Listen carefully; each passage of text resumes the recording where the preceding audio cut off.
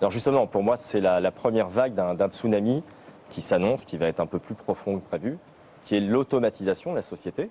Mais d'abord, l'ubérisation, c'est effectivement une désintermédiation totale. Je suis désolé, je ne suis pas d'accord avec ce qui vient d'être dit. C'est de la désintermédiation entre effectivement non seulement des particuliers, mais donc des consommateurs et des prestataires de services au sens très large, qui aujourd'hui, alors ces plateformes ne produisent pas et ne créent pas forcément de la valeur, si ce n'est de la valeur actionnariale. Elles ne créent pas d'emplois salariés.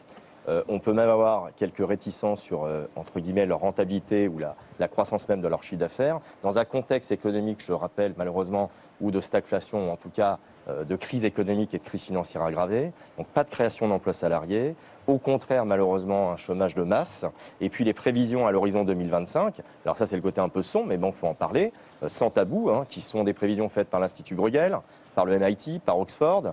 Daniel Cohen le cite dans son dernier ouvrage. Je crois que c'est tout à fait sérieux. On parle quand même de 42 à 47% d'emplois automatisés. Donc Uber ne s'en cache pas. Le PDG est tout à fait cynique lorsqu'il dit moi, la prochaine étape, c'est commander des voitures autonomes chez Tesla, remplacer les chauffeurs pour accroître la qualité de service, accroître l'efficacité, accroître la plateformisation de l'économie.